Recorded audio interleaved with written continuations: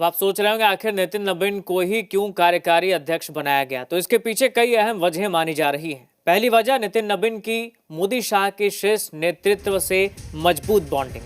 Party के केंद्रीय नेतृत्व का भरोसा किसी भी नेता को आगे बढ़ाने में सबसे बड़ा फैक्टर होता है। दूसरी वजह उनका फॉरवर्ड ओबीसी कॉम्बिनेशन।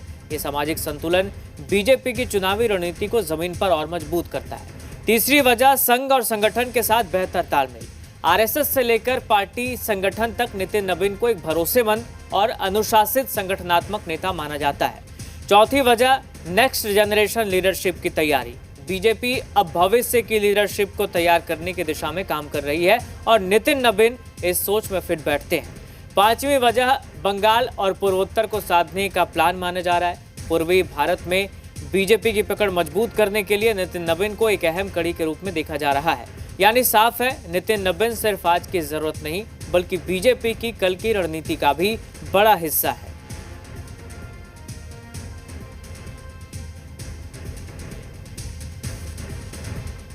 बीजेपी के राष्ट्रीय कार्यकारी अध्यक्ष की जिम्मेदारी मिलने के बाद नितिन नबीन ने जी बिहार झारखंड से एक्सक्लूसिव बातचीत की है। बीजेपी के राष्ट्रीय कार्यकारी अध्यक्ष नितिन नबीन ने केंद्रीय नेतृत्व को धन्यवाद दिया है। उन्होंने कहा है जो जवाबदेही दी गई है उस पर खरा उतरने की कोशिश करेंगे। बीजेपी के राष्ट्रीय अध्यक्ष नितिन नबीन से खास बातचीत की जी मीडिया संवाददाता रजनीश ने। हमारे साथ हैं बीजेपी के राष्ट्रीय कार्यकारी अध्यक्ष नितिन नबीन और बिहार के लिए खास तौर पे जो अध्यक्ष बने, पहले तो बहुत बधाई आपको। मैंने आप सब के माध्यम से अपने केंद्रीय नेतृत्व को मैंने बधाई दे दिया है।